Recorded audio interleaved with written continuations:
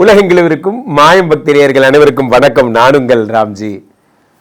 December மாத பலன்களில் ரொம்ப சிறப்பு என்னென்னா, வருஷத்துடைய கடைசி மாத பலன். இதுக்கு மேலே மாத பலன் சொல்லணும்னா 2026 தான் போகணும்.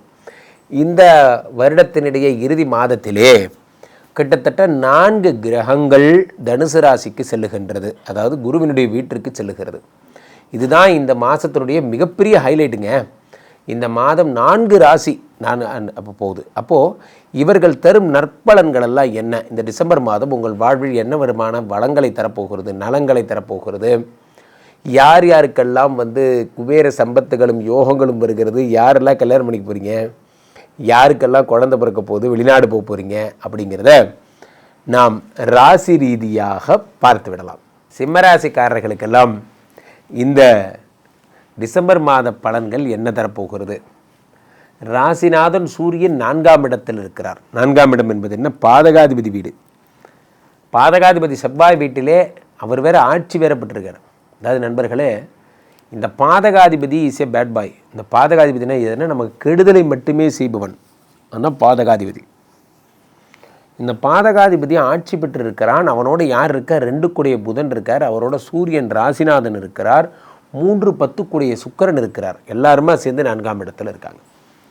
4ஆம் இடத்தை நாம் கேந்திர பலம் என்று அழைக்கிறோம். 1, 4, 7, 10 கேந்திர பலம்னு சொல்கிறோம்.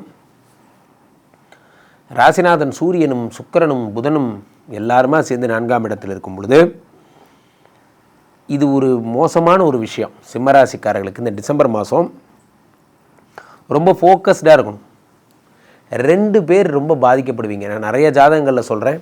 ஒன்று சிம்மராசிக்காரங்க 7ஆம் இடத்து ராகுவால் குடும்பம் பிரியம் பாதிக்கப்படுவீங்க, அல்லது கும்பராசிக்காரர்கள் ராசியில் ராகு அதனால் பாதிக்கப்படுவீங்க. இந்த சிம்மராசிக்காரர்களுக்கு 7ஆம் இடத்து ராகு மட்டுமல்ல, 8ஆம் இடத்து சனி, அஷ்டம சனி வேறு ஒரு பக்கம் போட்டு பெண்ட் எடுக்குது. அப்போ இந்த அஷ்டம சனியும் ஒரு பக்கம் பிரச்சனைகளாக பண்ணும்போது என்ன ஆகும்னா, சிம்மராசிக்காரர்களுக்கு நிம்மதியற்ற தன்மை என்பது ஏற்படும். ராசிநாதன் செவ்வாவோடு சேரும்போது உஷ்ணம் ஏற்படுகிறது. நண்பர்களே, ஒன்று புரிந்து கொள்ளுங்கள். இந்த கோச்சடையான் படத்தில் ஒரு டயலாக் வரும். என்ன சொல்லுங்கள்? கோபப்படுகிறவன் நஷ்டத்தோடு அமர்கிறான். கோபப்படுபவன் நஷ்டத்தோடு அமர்கிறான். தண்ணீர் சொல்லுவாங்கள்ல, தண்ணீரை கூட சல்லடையில் அள்ளலாம், நீ அது பனிக்கட்டி ஆகும் வரை காத்திருந்தால். தண்ணீரை கூட சல்லடையில் அள்ளலாம், அது பனிக்கட்டி ஆகும் வரை காத்திருந்தால்.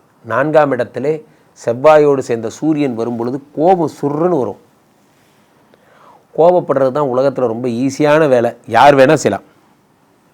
பொறுமையாக இருக்கிறதுக்கு தான் புச்சாலித்தனம் வேணும். கோபம் யாருக்கு வராது சொல்லுங்கள்? ராசிநாதன் சூரியன் செவ்வாவோடு சேரும் பொழுது இந்த இது சொல்லுவாங்கள்ல, அடிதடி சண்டை போன்றவைகளாம் ரொம்ப சாதாரணமாக நடக்கும். எதுக்கு எடுத்தாலும் வேகம், சவால் விடுறது, போடாங்கிறது, வாடாங்கிறது, இதெல்லாம் ரொம்ப சாதாரணமாக நடக்கும். ராசிநாதன் செவ்வாவோடு சேர்ந்திருக்கிறார். அதே நேரத்தில் இந்த செவ்வாவோடு சேர்ந்த சூரிய பகவான் புத பகவானோடும் சேர்ந்திருக்கிறார். சூரியன் ப்ளஸ் புதன், புதாதித்ய யோகம் ஏற்படுகிறது. இவங்க 2 பேருமா சேர்ந்து 4ஆம் இடத்தில் மறையும் பொழுது புதனும் சூரியனும் 4ஆம் இடத்தில் பணமே இருக்காது. நண்பர்களே, சிம்மராசிக்காரர்கள் பணத்தை பத்திரமா பார்த்துக்கணும். யாராவது ஒருத்தர், சார் வணக்கம், என் பேர் தான் சதீஷ், வாங்க ஈரோடு பக்கம் ஈமு கோழி வளர்த்தலாம், தெங்கனி கோட்டை பக்கம் தேக்கு மரம் வளர்த்தலாம், மரியாதையாக போயிடு, நானே இங்கே இஎம்ஐ கட்ட வழி இல்லாமல் உட்காந்துருக்கேன் என்பதாக, வணக்கம், நான் தான் சிட் ஃபண்ட்லேருந்து வந்திருக்கேன், நான் யார் தெரியுமா, நான் தான் இன்ஃப்ளூயன்சர், நான் என்ன பண்ணுவேன், இப்படி பண்ணால் அப்படி போட்டு அப்படி பண்ணுவேன். நண்பர்களே, இன்று உங்களுக்கு தெரிஞ்ச பிஸ்னஸை நீங்கள் உங்கள் ஸ்டைலில் செய்யுங்க. நாம் இன்னொருவரை டிபெண்ட் பண்ணும்போதே என்ன ஆகுது அப்படின்னா, நமக்கான, எங்கள் அப்பா அடிக்கடி சொல்லுவார், இந்த இடத்த தான் நான் திரும்ப சொல்கிறேன், ஒரு விஷயத்தை அழகாக பண்ணணும்னு நீங்கள் நினச்சிங்கன்னா அதை நீங்கள் பண்ணுங்கள். உங்கள் கனவுகளை இன்னொருவர் கண்களில் காணாதீர்கள். அது நடக்காது. நீங்கள் ரொம்ப அழகாக ஆசைப்பட்டிருப்பீங்க இந்த காரியத்தை செய்யணும்னு, ஆனால் இன்னொருத்தனுக்கு அந்த அவுட்புட்டு போய் சேராது. நீங்கள் நினைக்கிற ஆளும் உங்களை மாதிரியே ஒரு ஆளுன்னு நீங்கள் எப்படி முடிவு பண்ணுறீங்க? ஸோ அப்போது 4ஆம் இடத்துல சூரியனோடு சேர்ந்த புதன் தேவையில்லாத பண விஷயத்தில் தெரிஞ்ச வேலையை செய்யுங்க.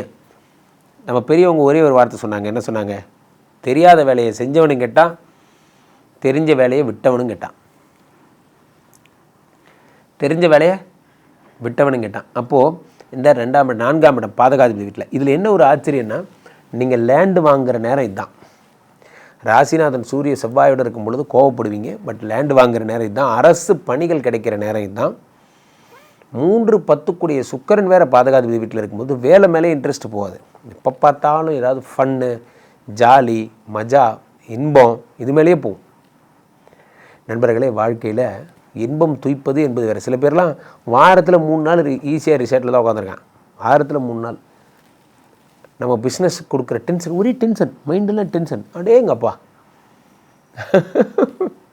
பெரிய பெரிய கம்பெனி ஆட்கள் கூட அவ்வளோ டென்ஷனாக இருக்கிறது இல்லை. ஆனால் நமக்கு டென்ஷன் நம்ம நினச்சிக்கிறோம். அதனால தான் நம்ம அங்கே போய் உட்காந்துக்கிறோம். அப்போது 3-10 கூட இருக்கும்போது பிபி, ஒரே எமோஷன், பிஸ்னஸை ஹேண்டில் பண்ண முடியல, எமோஷன். சார், நான் ஒன்றே ஒன்று, we are not that much busy as like that அவர் பிரதமர். We are not that much busy as like that அவர் கவர்னர், ஆஸ் லைக் நம்ம கமிஷனர். இவங்களெல்லாம் விட நம்ம ப்ரெஷர்லாம் ஒன்றும் கிடையாது. நம்ம சாதாரண ஆட்கள் தான். ப்ரெஷர் பில்ட் பண்ண பழகுங்க. ஒர்க்கில் ரொம்ப டென்ஷன் ஆவீங்க, எமோஷன் ஆவீங்க, கத்துவீங்க. ஃபர்ஸ்ட் ஆஃப் ஆல் ஒர்க்கில் காட்டுறத வீட்டில் காட்டாதீங்க, வீட்டில் காட்டுறத ஒர்க்கில் காட்டாதீங்க. அதுக்கு செப்பரேட் பண்ண தெரிஞ்சுக்கோங்க. ஸோ சிம்மராசிக்காரர்கள் ரொம்ப கோவப்படுவீங்க, ஜாக்கிரதையாக இருங்க. பொதுவாகவே நண்பர்களே, 4 கிரகங்கள் டிசம்பர் மாதத்திலே செல்வது என்பது என்ன மாதிரியான பலன்களை தரும் என்றால், குருவினுடைய வீட்டிற்கு சென்ற எதற்கும் தோஷமில்லை என்பது வேதசாஸ்திரம். என்றைக்குமே யாருக்கு ஒரு கேடு வராதுன்னா, குரு கூடயே இருக்கிறவங்களுக்கு எந்த கேடும் வராது. ஏன்னா குருவினுடைய ராசியிலே இந்த 4 கிரகங்களும் இருக்கும் பொழுது அதுக்கு சர்வதோஷ நிர்தோஷோஸ்துன்னு பேர். அப்போ டிசம்பர் மாதத்தில் நடக்கின்ற மிகப்பெரிய விஷயமே என்னென்னா, இந்த குரு கடகத்தில் இருக்கார். 21 தேதி வாக்கில் மிதுனத்துக்கு போகிறார். அது வரைக்கும் கடகத்தில் தான் இருக்கார். கடகத்தில் இருக்கிற குரு 5ஆம் பார்வையா 7ஆம் பார்வையா, அந்த மாதிரிலாம் நம்ம சொல்கிறோம். 5ஆம் பார்வையா செவ்வாய் தான் ரொம்ப நேரம் பார்க்குறாரு. செவ்வாய் ரொம்ப நேரம் பார்க்கறது குரு மங்கள யோகம் என்று அழைக்கப்படுகிறது. வருடத்தினுடைய இறுதி லாஸ்ட் 9 டேஸ் இருக்குது பார்த்தீங்களா, லாஸ்ட் 9 ஒர்க்கிங் டேஸ். அப்போ இந்த 21ஆம் தேதிக்கு அப்புறம் குரு மிதுனத்துக்கு போயிட்டார்னா, மிதுனத்தில் இருந்த குரு பகவான் நேராக தனுசை பார்க்குறார். தனுசில் யார் யாரெல்லாம் இருக்காங்கன்னா 4 கிரகங்கள் இருக்காங்க. அந்த 4 கிரகங்களையும் குரு பகவான் பார்க்குறார். அந்த 4 பேரையும் உய்விக்கிறார், அதாவது டெவலப் பண்ணுறார். அந்த 4 கிரகங்கள் யார்? 3 கூடிய, ஃபார் எக்ஸாம்பிள், குருவிடம் பார்வையில் 7ஆம் இடத்தில் இருப்பது காலபுருஷனுக்கு 5ஆம் இடத்தில் இருக்கக்கூடிய சூரியனும், அதே மாதிரி சுக்கிரனும், செவ்வாயும், புதனும், இவர்கள் அத்தனை பேரையும் பார்த்துறாரு. 4 கிரகங்களை குரு பகவான் பார்ப்பதால் ஏற்படக்கூடிய நன்மைகள் என்ன அப்படின்னா, ஒரு கேரம் போர்டு ஸ்ட்ரைக்கரை பார்த்தீங்கன்னா, இப்படி காயின் அடிச்சிங்கன்னா அந்த 4 காயினும் தனித்தனியாக பேக்கெட்டில் விடும். அந்த மாதிரி ஒரு ஸ்ட்ரைக்கர் அடிக்கிற மாதிரி தான் குரு பகவான் ஒரே சிங்கிள் ஸ்ட்ரைக்கருங்க. 4 காயின் யார்? 4 கிரகங்கள் 4 பக்கம் போயிடுச்சு. மிக பிரம்மாண்டமான விஷயங்கள் எல்லாம் உருவாக போகிறது. வாழ்க்கை அடுத்த படிநிலைக்கு செல்ல போகிறது. உலகிலேயே மிக அற்புதமான விஷயமெல்லாம் என்ன என்றால், இந்த குரு பகவானுடைய பொன்னான பார்வை மட்டுமே. அது மட்டும்தான் உலகத்தில் நம்மை உய்விக்கும் சக்திங்கிறான். இந்த வருடத்தினுடைய இறுதியிலாவது இந்த சனி பகவான் வக்கரம் பெற்றவர், வக்கர நிவர்த்தி அடைந்து நவம்பர் 28க்கு அப்புறமே ஆயிடுறார். டிசம்பர் மாதம் முழுவதும் சனி தன் முழு வீச்சில் பயணிக்கிறார். சனி தன் முழு வீச்சில் பயணிக்கும் பொழுது வெகுஜன தொடர்பையும் வெகுஜன பிரபல்யத்தையும் உருவாக்குகிறார். எங்கே பார்த்தாலும் ரீச், எங்கே பார்த்தாலும் நீங்கள் தான் அப்படின்னு ஆகிறார். அப்போ சனி தரும் அற்புத பலன்களும் சேர்ந்து விடுகிறது.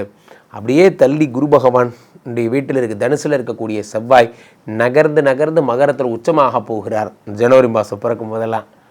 அப்போ இந்த புத்தாண்டுக்குள்ளே எத்தனை நல்ல விஷயங்கள். சுக்கிர பகவான் நீச்சம் பெற்று இருந்தார், அவர் விருச்சிகத்துக்கு வந்து தனுசுக்கு வந்துட்டே இருப்போம். ஆகையினாலே இந்த டிசம்பர் மாத பலன்கள் பல பேருடைய வாழ்க்கையை மாற்றத்தகுந்ததாக இருக்கிறது.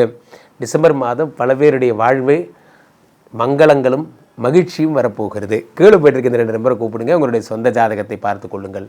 உலக புகழ் வாய்ந்த நமது விஸ்வரூப விஷ்ணுமாயா எழுந்தரில் இருக்கக்கூடிய புனிதமான இந்த ஸ்ரீமடத்திலே தினசரி நடக்கின்ற விஷ்ணுமாயா ஹோமங்களில் கலந்து கொள்ளுங்கள். மீண்டும் ஒரு நல்ல பதிவில் சந்திப்போம். நன்றி, வணக்கம்.